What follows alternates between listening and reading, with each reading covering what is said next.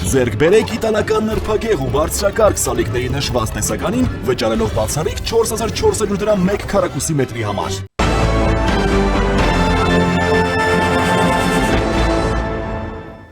Դուք դիտում եք առաջին լրատվականը, բարև ձեզ, ես Սիրիանուշ Պապյանն եմ։ Թուրքիայի ազգային անվտանգության խորհրդի նիստում քննարկվել է Ադրբեջանի ու Հայաստանի միջև խաղաղության գործընթացը։ Թուրքիան գոհ է խաղաղության պայմանագրի նախագծի վերաբերյալ Ադրբեջանի ու Հայաստանի միջև ձեռք բերված համաձայնությունից նշվում է Թուրքիայի ազգային անվտանգության խորհրդի նիստի ամփոփիչ հայտարարության մեջ, որը վարել է Թուրքիայի նախագահ Ռեջեփ Թայիփ Էրդողանը։ Նշվում է, որ հանդիպման ընթացքում հաստատվել է վերջնական խաղաղության հաստատելու շահագրգռվածությունը, որը օգուտ կբերի ողջ տարածաշրջանում։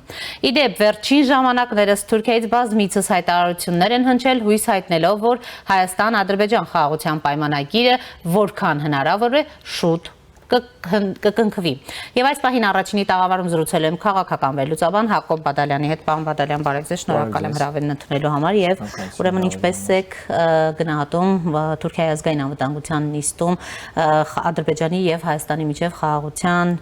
գործընթացի վերաբերյալ այս հայտարարությունը, գիտենք վերջին շրջանում բազմիցս այդ մասին հայտարարություններ են հնչել, հույս են հայտնել առհասարակ խաղաղության հաստատման ու այդ գործընթացը ավարտին հասցնելու, բայց նաև տեսակետ կա, որ այնուամենայնիվ այստեղ Ադրբեջանի եւ այսպես Թուրքիայի շահերը եւ նպատակները հակոտնյա են։ Դուք ինչպես եք գնահատում եւ ինչ դերակատարում կարող է ունենալ Թուրքիան, համեցեք։ Նախ արձանագրենք, որ Թուրքիայի անվտանգության խորհրդի նիստը տեղի էր ունեցել երկու էական միջոցառումներից հետո միջազգային մակարդակում Եվրոպական քաղաքական համայնքի գագաթնաժողովը Ալբանիայում եւ թուրքալեզու պետությունների գագաթնաժողովը Բուդապեշտում։ Դրանք հաջորդեցին իրար եւ երկու դեպքում էլ կար թերևս ընդհանուր օրակարգ, որը վերաբերում էր հայ-ադրբեջանական թեմատիկային, մասնավորապես Ալբանիայում տեղի ունեցած գործընթացներում մենք արձանագրեցինք Փաշինյան-Ալիև զրույց,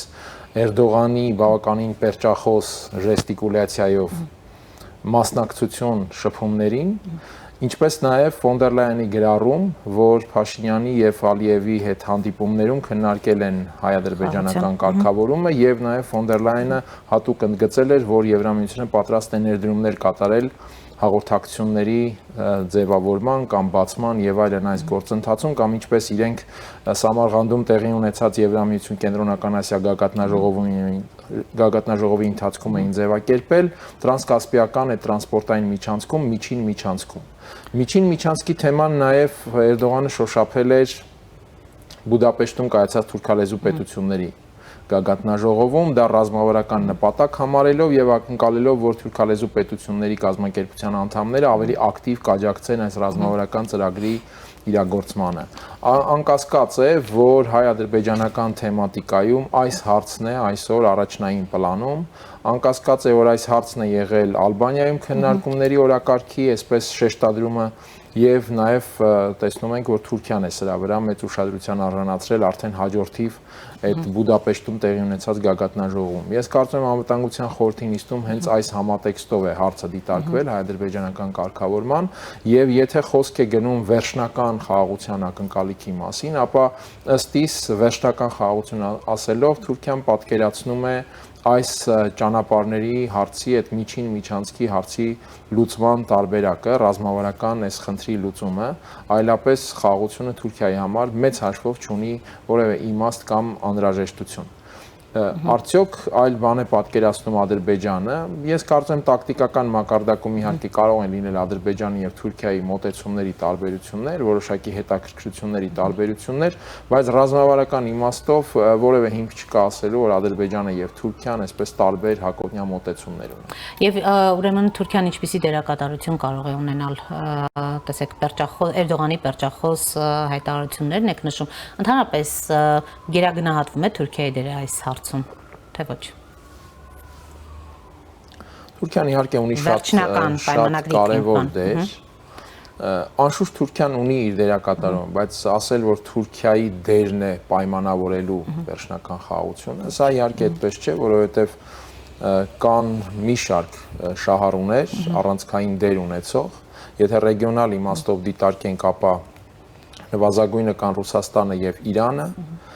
Չինաստանն է այստեղ լինելու շատ մեծ շահառուկողն, որովհետև Չինաստանը եւս շահագրգռված է այդ միջին միջանցքի ձևավորումով, գործնականում Եվրամիությունն է շատ մեծ շահագրգռություն ցուցաբերում, այստեղ արդյոք Եվրամիության եւ Չինաստանի մոտեցումները իրար հետ համադրելի են թե հակոտնյա, կախված է հետեւյալից, իսկ քաղաքական համաձայնություն նրանք միմյանց հետ կարող են ձևավորել քաղաքական դոմինանտության հարցում, այսինքն շատ կարևոր է լինելու թե ճանապարհների ապաշրջափակման քաղաքական ռեժիմը ինչպիսին է, որովհետև եթե օրինակ Եվրամիությունը հայտարարում է, որ 10 միլիարդ եվրո պատրաստ է ներդնել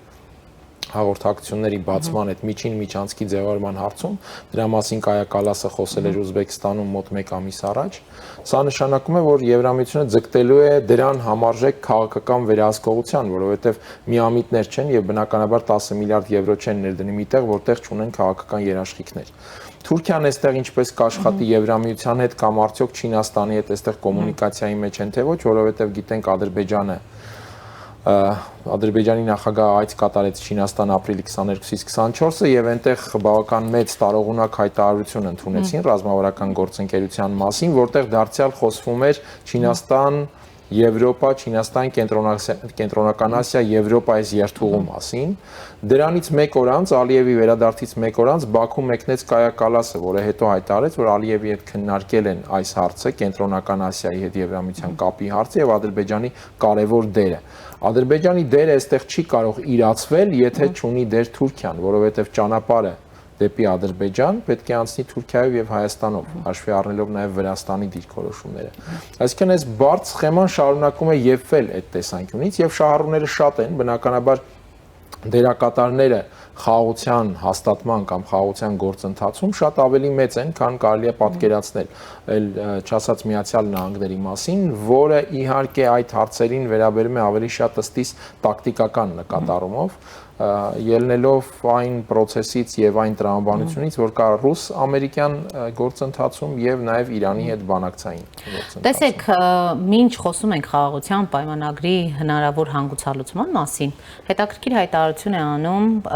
պետքարտուղար Մարկո Ռուբիոն, որն ասում է Միացյալ Նահանգները հայ-ադրբեջանական հակամարտության լուրջ վտանգ է տեսնում եւ ակտիվ ներգրաված է կանխելու ռազմական բախումը։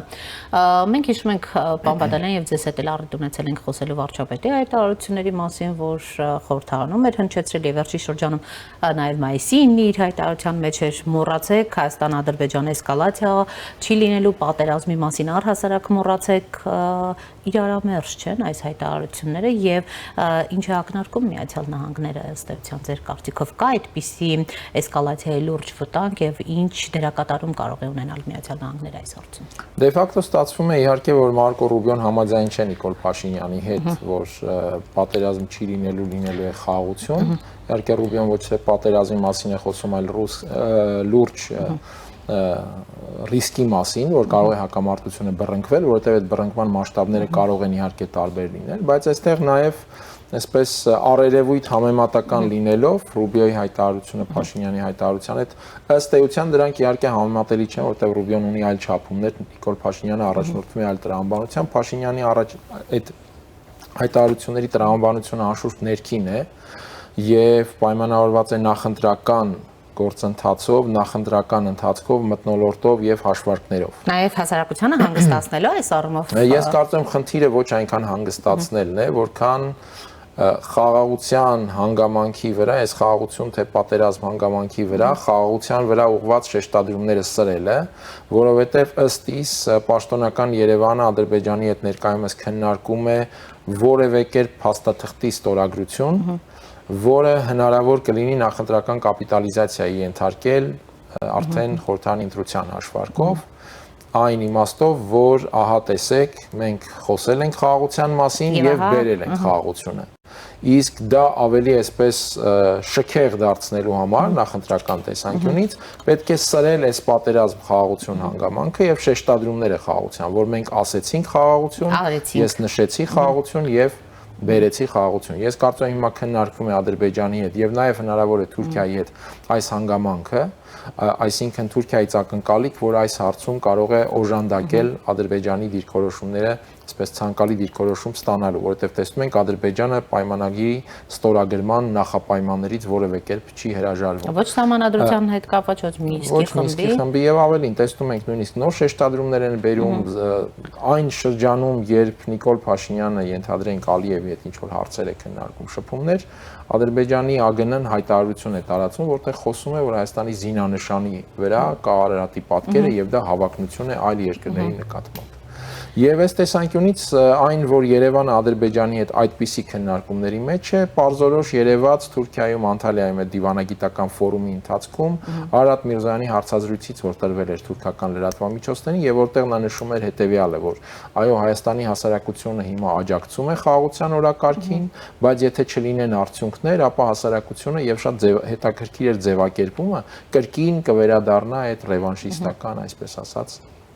մոտեցումներին, սա ակնհայտ էր, որ եթե ակնհայտ է այստեղ իմաստը, որ եթե Ադրբեջանը ինչ որ փաստաթղթով չօժանդակի Երևանին նախընտրական շրջանում արդյունք ներկայացնելու հարցում, ապա դա բարդություններ կառաջացնի քաղաքացիական պայմանագրի համար նախընտրական ցանկալի արդյունք ստանալու տեսանկյունից։ Այստեղ արդեն Ադրբեջանի առաջ դրվում է թերևս հետեւյալ տրամաբանությունը, դուք ուզում եք, որպեսզի քաղաքացիական պայմանագիրը բարդություններ ունենա, թե չեք ուզում, որպեսզի ունենա։ Լավ, պարոն Բադալյան, Երևանը փաստորեն ցանկանում է Բաքվի հետ որևէ կերպ այդ պայմանագիրը կյանքի կոչել, Բաքուն էլ փաստորեն առաջ է բերում սահմանադրության հարցը, գիտենք սահմանադրությունը մինչև 26 թիվ որևէ կերպ հնարավոր չի լինելու փոխել, հանրակրվե իրականացնել։ Ուստի որևէ կերպ Ադրբեջանին ինչպես է հնարավոր լինելու որևէ տարբերակով այդ պայմանագիրը ստորագրել, պիտի լինի Միացյալ Նահանգների, Թուրքիայի ճնշումը այս հարցում, թե ձեր գնահատմամբ Հայաստան եւ Ադրբեջան միակ այսպես առանց միջնորդների բանակցությունները կարող են ցանկալի արդյունք տալ, որովհետեւ նույն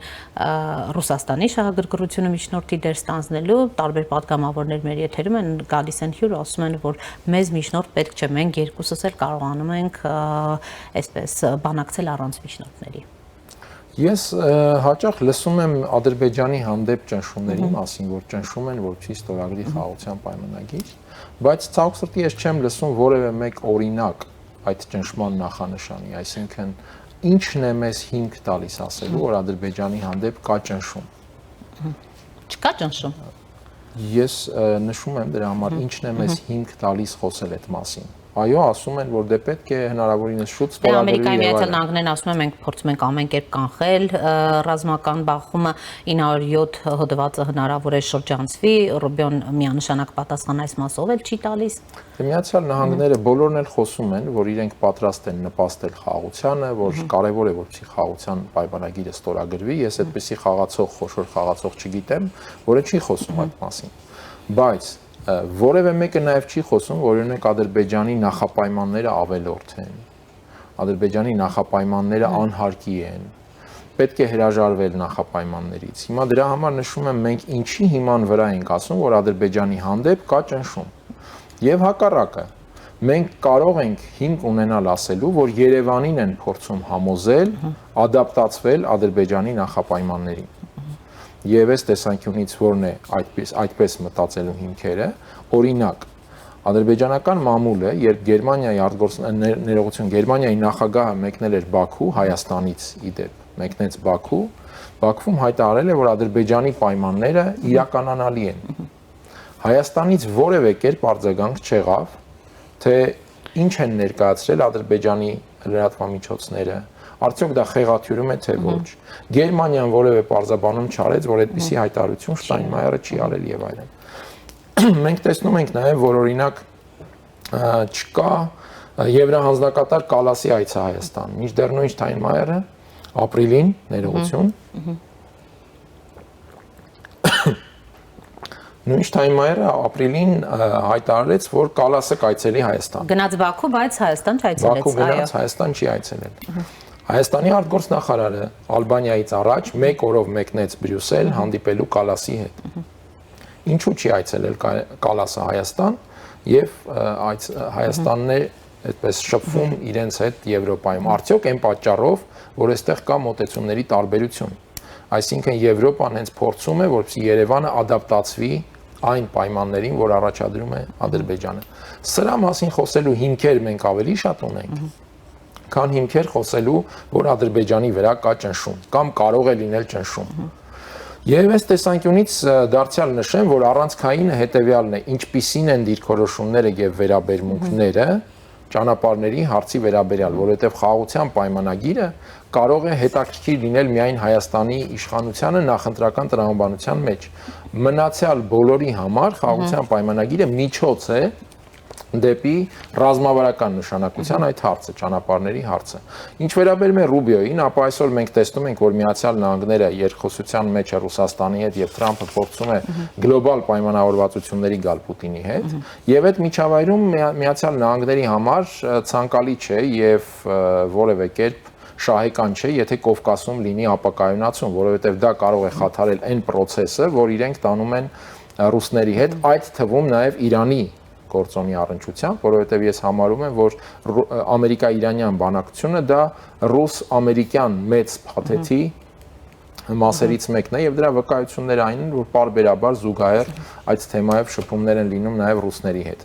Հիմա այս պայմաններում Ռուբիոն շահագրգռված չէ, որպեսզի այդտեղ առաջանան խնդիրներ, նաեւ շատ լավ պատկերացնելով, որ այն դերակատարները, որոնք շահագրգռված չեն ռուս-ամերիկյան երկխոսությամբ,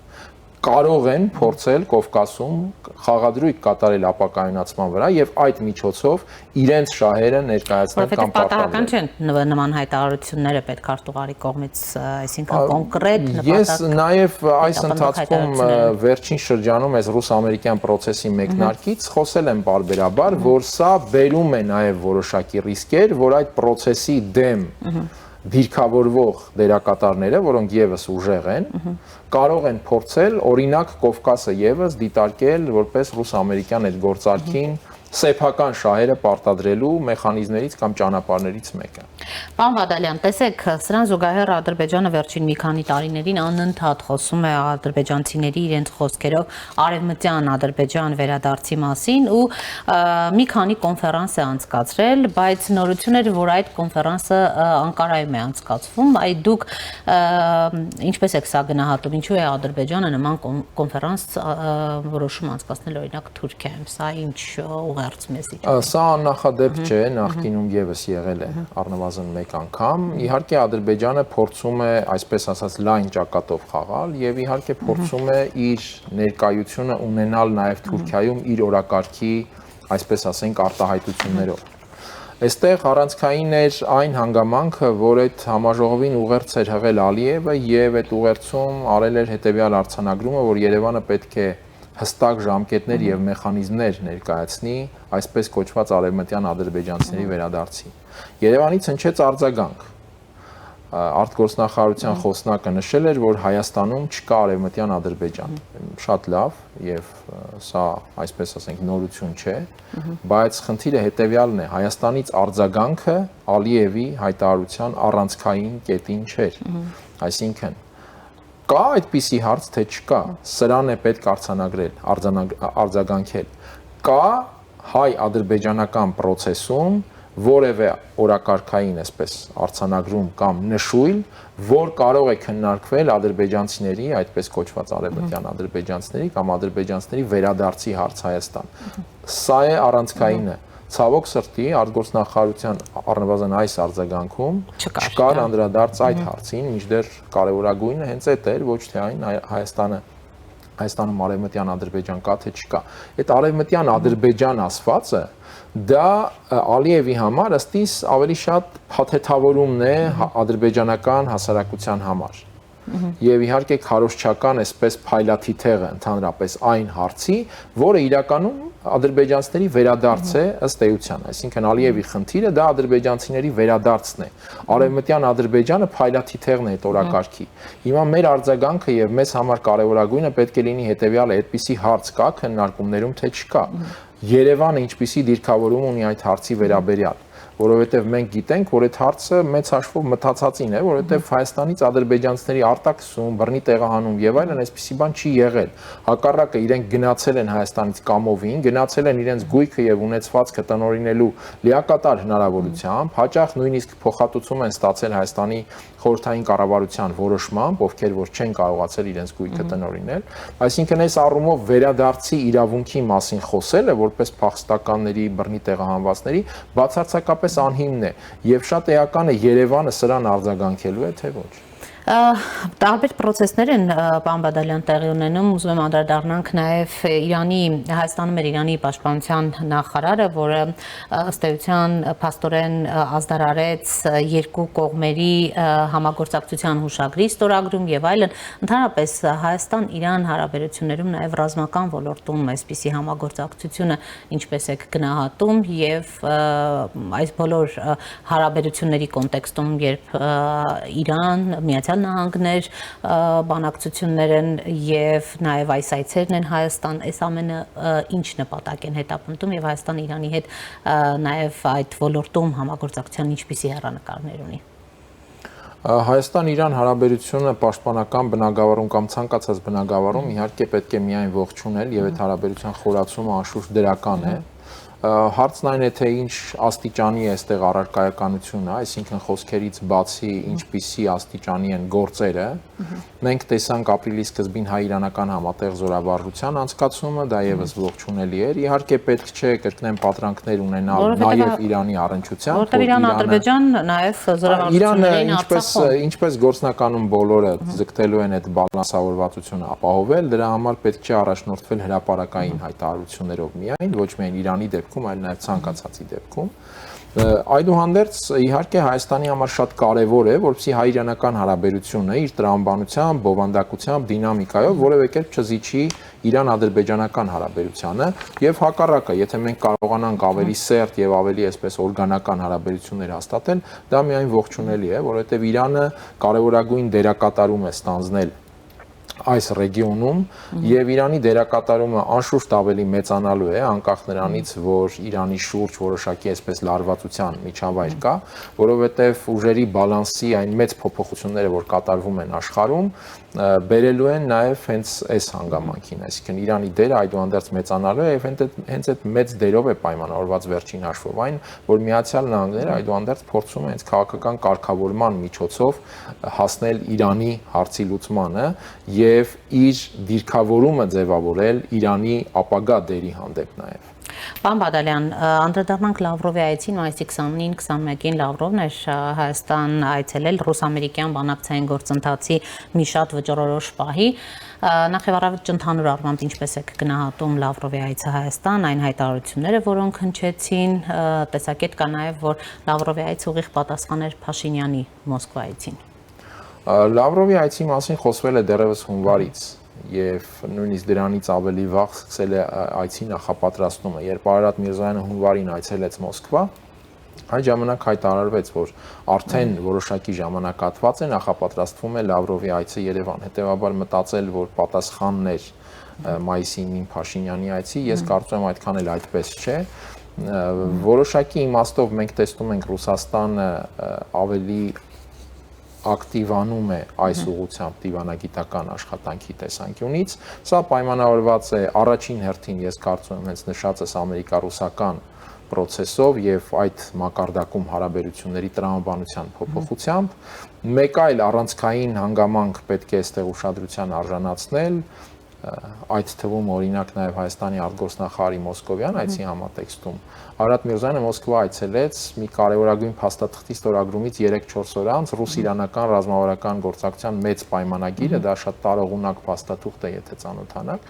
եւ այս իմաստով դա առանցքային փաստաթուղթ է նաև Կովկասի համար, ոչ միայն Կովկասի, բայց առավել եւս Կովկասի համար,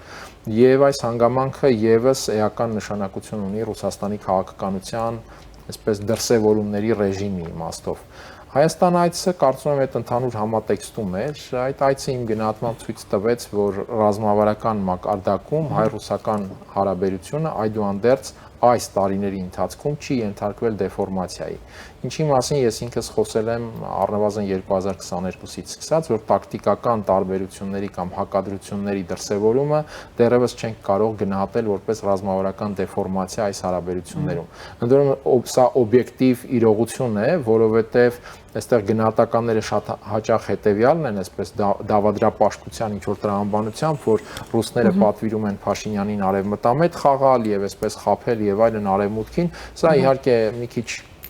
կոնսպիրոլոգիայի ծանծաղ գնահատական է, որովհետեւ ես չեմ պատկերացնում, որ հնարավոր է արևմուտքին խաբել, օրինակ կեղծ արևմտամետությամբ եւ այլն։ Արևմուտքին խաբել հնարավոր չէ, այլ բան է, որ արևմուտքը կարող է ինքը ցույց տալ, որ այսպես ասենք հավատում է ինչ-որ բաների։ Սա այլ հարց է իհարկե, ես կարծում եմ այս ընդհանուր համատեքստն էր Լավրովի այցի պարագայում։ Իսկ այն որ չայցելեց Ծիծեռնակաբերդ, բայց փոխարենը ժամանակ ունեցավ այցելելու սլավոնական համալսարան դասախոսություն կարդալ։ Սա իհարկե հետաքրքիր հանգամանք էր, ընդհանրապես հետաքրքիր էր, որ այցի բովանդակությունը շատ բնորոշ էր պաշտոնական այցին, բայց աշխատանքային ձևաչափով էր, եւ կարծես թե պարզ է դառնում, որ հենց դրա համար էլ ձևաչափ ընտրված էր աշխատանքային, որպեսզի չլինի այց Ծիծեռնակաբերդ, որտեղ պաշտոնական արարողակարգի պարագայում դա պարտադիր կետ է։ Չգիտեմ, ռուսները փորձել էին շեշտադրում անել այդ հաղթանակի 80-ամյակի վրա, թե ինչ որ ձևով խուսափել Ծիծեռնակաբերդից, գուցե հաշվի առնելով Թուրքիայի հետ ինչ որ հարցեր, որ պետք է քննարկեն, հատկանշական է, որ մայիսի 25-ին, եթե չեմ սխալվում, այցելելու է Ֆիդան, այցելելու է Մոսկվա եւ այս իմաստով ժամանակագրությունը Ծիծեռնակաբերդ չայցելելու Երևանը փաստացի չի առարկել այդ հանգամանքին իր հաշվարկները թերևս ունենալով։ Բայց հիմա չպետք է գոնե արձագանքեր, թե հաշվի առնելով որ օրակարգույնը նախապես փոխադարձ համաձայնությամբ, այսինքն այստեղ արձագանքելու հարց Երևանը պարզաբանում էր տարածել, որ դա իր նախաձեռնությունը չի եղել եւ ռուսական կողմն է շեշտը դրել այդ հաղթանակի 80-ամյակի այցի վրա, իսկ Ծիծեռնակաբերդ ծաղկեպսակ է ուղարկվել Լավրովի անունից։ Իհարկե հասկանում ենք, որ այստեղ խնդիրն այն է, որ տակտիկական ինչ-որ հաշվարկներ են կատարվել, որովհետև Ռուսաստանը ցեղասպանությունը ճանաչած պետություն է եւ առաջին անգամ չէ, որ թե Լավրովը, թե Պուտինը այցելել են Ծիծեռնակաբերդ, բայց բնական է այսօր իրողությունները այլ են եւ օրինակ շատ ավելի տրամաբանական կլիներ, եթե Լավրովը ուշադրության արժանացներ Ծիծեռնակաբերդը, հաշվի առնելով, որ այսպես կլոր տարելիցն է այդ ողբերգության 110-ամյակը, ի վերջո Լավրովը մայիսի 9-ին եղել է Մոսկվայում եւ կարող էր Երևանում այդ հաղթանակի այգին բաց թողնել։ Այս տեսանկյունից ակնհայտ է, որ եղել է Ծիծեռնակաբերդը շրջանցելու նպատակ։ Ինչ հաշվարկով, ինչ նկատառումներով, սա այլ հարց է։ Իդեպ նկատենք նաև, որ երբ նշում եմ այդ այցերը նախկինում եղել են ռուսական, բայց 20 թվականի պատերազմից հետո փաստացի ռուսաստանյան որևէ պաշտոնյա, որևէ առիթով Ծիծեռնակաբերդ չի այցելել Հայաստան այցերի ընթացքում։ Եվ ըստ էության վերաֆորմատավորվելու կարիք չունեն այդ հարաբերությունները, թե ամփոփենք պարոն Բադալյան, հայ-ռուսական հարաբերությունները, դուք ասացիք, որ Լավրովի այցը ցույց տվեց, որ չեն ենթարկվել դեֆորմացիայի։ Ռազմավարական դեֆորմացիայի, այո, չեն ենթարկվել եւ կարծում եմ չեն ենթարկվի։ Այստեղ իհարկե մեր հասարակության մեջ գնահատականները հիմնականում զգայական եւ այսպես կաղապարային մակարդակում են, խորքային առումով այստեղ կան օբյեկտիվ իրողություններ։ Եվ այդ օբյեկտիվ իրողությունները միևնույն ժամանակ իհարկե բերելու են հայ-ռուսական հարաբերության տրամաբանության փոփոխության։ Սա տեղի է ունենում արդեն իսկ։ Եվ այս շրջափուլը, որ անցնում ենք, նաև այդ շրջափուլն է, եւ սա օբյեկտիվ է նրանով, որ փոխվում է աշխարհը, երբ փոխվում է աշխարհը, չեն կարող հարաբերությունները, առանցքային բնույթ կրող հարաբերությունները, ոչ միայն Հայաստանի եւ Ռուսաստանի դեպքում, ցանկացած երկրի դեպքում, չեն կարող մնալ նույնը։ Մենք տեսնում ենք այդ նույն երևույթը Ամերիկայի Միացյալ Նահանգների Եվրոպա փոխհարաբերություններում, մենք տեսնում ենք անգամ Միացյալ Նահանգներ Իսրայել փոխհարաբերություններում, շատ քիչ ուշադրության արժանացավ մեզանում Թրամփի այցը Մերձավոր Արևելք, բայց Թրամփն ինքը այդ այցը որակել էր պատմական։ Ինչի մասն է խոսքը, այսինքն փոխվում է նաև Մերձավոր Արևելքում անվտանգության ճարտարապետությունը, հետեւաբար Իսրայելի դերը, հետեւաբար Ամերիկա-իսրայելյան հարաբերությունը եւ Նաթանյահուի այդ խոսքը ես պարբերաբար հիշեցնում եմ, որ գուցե ժամանակն է, որ Իսրայելը հրաժարվի ԱՄՆ անվտանգային աջակցությունից։ Սրանք նշանային արտահայտություններ են, այսինքն ոչ բոլոր արտահայտություններն են իհարկե որ արժանի են ուշադրության ու եզրահանգների, բայց այս նշանային հանգամանքներին պետք է ուշադրություն դարձնել։ Այնպես որ հայ-ռուսական հարաբերությունն էլ այդ տեսանկյունից փոխվելու է եւ փոխվում փոխվում է, ինչպես նշեցի արդեն, բայց այդ փոփոխությունը նույնական չէ ռազմավարական դեֆորմացիայի հետ իմ գնահատմամբ։ Շնորհակալ եմ, պարոն Բադալյան։